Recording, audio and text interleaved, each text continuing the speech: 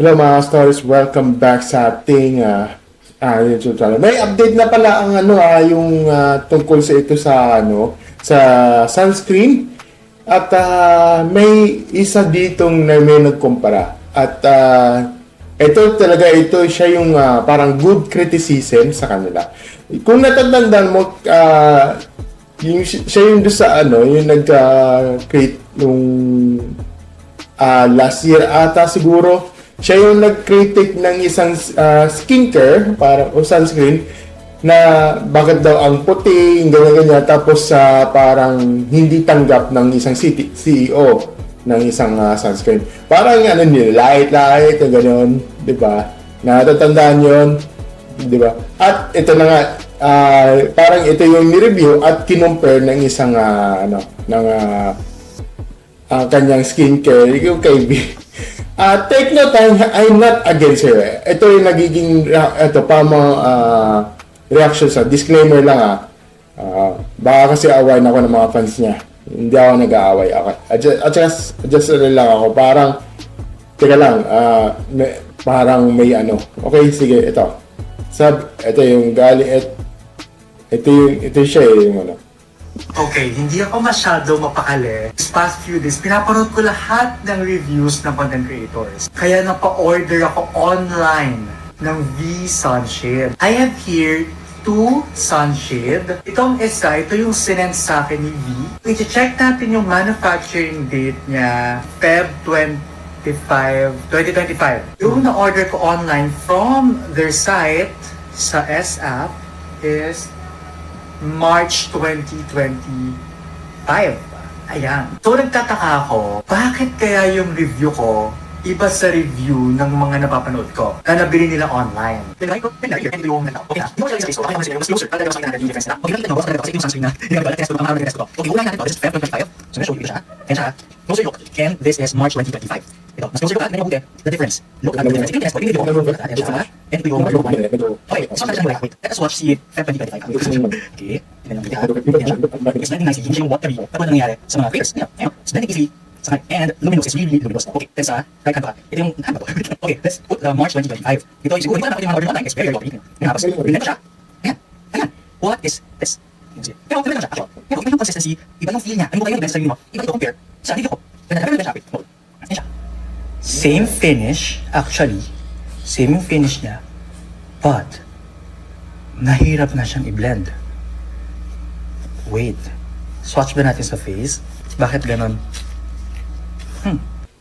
Okay, so, yun, napanood ko, pero,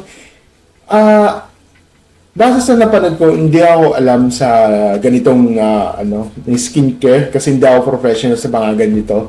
Ako, parang nanonood lang ako, kasi, at napansin ko lang yun, yung parang, parang iba siya sa Feb. Hindi ko alam kung, gusto ko may tanong ako dito na, ito ba yung nabili mo, isa same pa rin? Yung matanong ko lang, yung ito ba yung binili mo, dapat same store or yung parang same online store ba, kumbaga, na ganun din yung or di ko alam anong wala, kasi kung kailangan same store, bakit ganun? Oo, ganun. Sa tinitingnan ko yung mga comments dito, at least I'm not judging dito kasi parang medyo magkaiba. Yung isa Feb 20, medyo parang medyo peachy yung yung parang cream niya. Tapos yung medyo medyo pagka-white niya. Oo, dito. Tsaka hindi parang hindi hindi ko yan ang sabi niya yung sa sa video. At nakita ko yung parang difference niya. So, yung isa yung medyo yung di ko lang kung anong ba?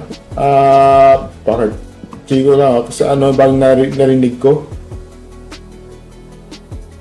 Kung ito, expired ba to, what? Nakita natin yung difference. Ito, kasi ito yung sun na ginagamit ko. Okay, at March 2020 is sa S-App is 25. Natin yung manufacturing date niya, Feb 20 Manufacturing. Okay. Manufacturing date. Okay, so, yung pinakita niya yung date yan, manufacturing, hindi expiration ha. Okay, pero okay ito, okay, quality naman yan. Kaya nagtataka lang ako, bakit merong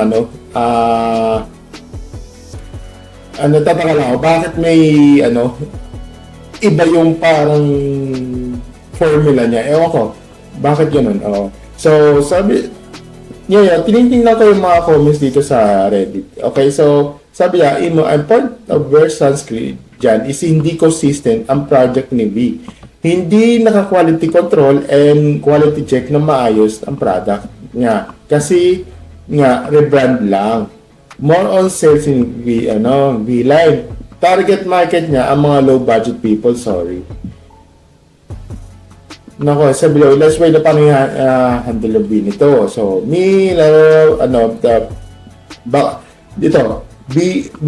baka hirap na din siyang ipaglaban sarili niya. Nako. So, ito naman may isa pang comment, sabi din ni Juan Buffalo, nagdidrop pa yan ng script niya. Paano nagpaawa na mga Jedimon fans niya lang din naman ang hindi din sa kanya. Just ko, nagbebenta kasi sa market tapos di man lang siya nag-effort kumuha ng sariling R&D. Ang dami nila pera pero di niya ma-invest ang products niya. Puro rebranding lang alam. Ayan tuloy ang napunan siya na negative feedback sa products niya. Di siya makasagot agad. Di kasi pinangaralan sarili niya ang binibenta. Pero hindi alam yung sinasagot kasi hindi pinag-aralan ng binibenta na okay, sige. Ito, kita naman ang hirap ng blade kasi iba yung maganda. Ang pinapanood mo yung sunscreen ni Levi is okay yung consistency, maayos. Yung blend kasi, kaya sabi niya na maganda. Ngayon, bumili siya ng bago, iwala yung pinadala sa kanya. Sa kanya na figure out na magkaiba ang formula, resulting na pangit yung sunscreen. Nasa market ngayon.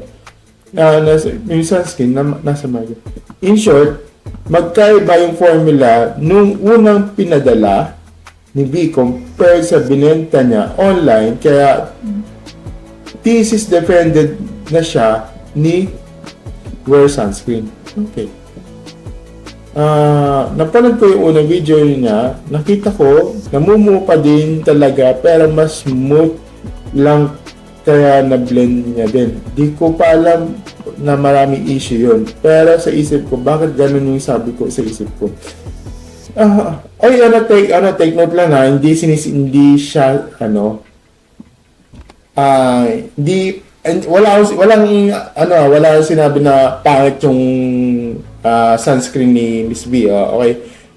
Wala sinabi yun. Pero nagtataka lang ako, bakit ganun yung parang formula, no? Parang yun lang yung nagtataka lang ako. Hindi ko sinisiraan dito, once again, hindi ko sinisiraan dito. Yun, okay? So, yun, never, okay? So, parang nasa kakataibad sa namin sila ng formula. Nakakatawa rin pa, ng liquid na lalo na lunod ng portable PD foiler sa parang. Oh my God. Okay. Medyo na to. Okay, yun lang na napapanood ko. For sa akin is no comment ako dito. Sa aking opinion, no comment. Ang comment ko lang dito, bakit yung tinignan ko yung video na ako din sa video, parang magkaiba. Sabi daw, binili kay mismo kay mismo, bibili siya online. Yun nangyari. Hintayin na lang natin yung sagot nila. Yung yung statement nila dito. At ito siya, pinakita kong video na to is a good critic to. At siya, parang naging honest reaction siya dito.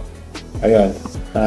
Yun lang yung masasabi ko hintayin na lang natin yung update dyan. So, lalagyan ko ng part 2 dito. Okay. Yun lang mga stories. Abangan na lang sa susunod na kung may part 2 man lang. Kung gusto naman like, share, and subscribe sa ating channel, click the notification bell. See you in the next video. Bye!